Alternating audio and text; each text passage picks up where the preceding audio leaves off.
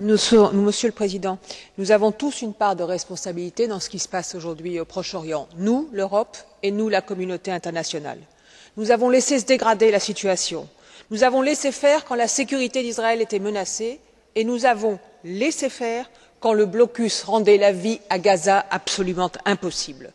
Aujourd'hui, c'est le 19e jour de guerre, 995 morts, dont 292 enfants, des milliers de blessés, dont certains attendent encore d'être évacués, des dizaines de milliers de réfugiés qui n'ont plus de maison et qui ne savent où aller, une situation humanitaire de plus en plus dégradée, 700 000 Gazaouis n'ont plus d'électricité, un tiers des habitants n'ont plus d'eau et plus de gaz, et cela va bientôt faire 3 semaines que ça dure, 3 semaines qu'ils vivent, ou plutôt qu'ils s'efforcent de survivre.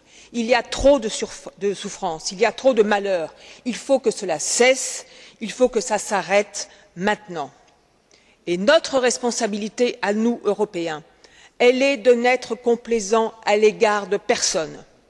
Notre responsabilité à nous, Européens, elle est de faire pression sur les deux parties pour qu'elles acceptent enfin de négocier. Et c'est une question de jours, peut-être même d'heures, avant que l'irréparable d'une offensive terrestre ne soit commis, en particulier à Gazaville. Il faut garantir à Israël sa sécurité. Il faut garantir au peuple de Gaza qu'il pourra vivre demain dans la paix. Il faut le contrôle des frontières, il faut la levée du blocus. Et nous le savons tous ici, pour obtenir cet accord, il suffirait peut-être que l'Europe, que les États-Unis et que les pays arabes qui se réunissent après-demain parlent tous d'une seule et même voix. Et je veux vous dire mon intime conviction avant de conclure. Ce n'est pas la guerre qu'il s'agit aujourd'hui de gagner, c'est la paix. Je vous remercie.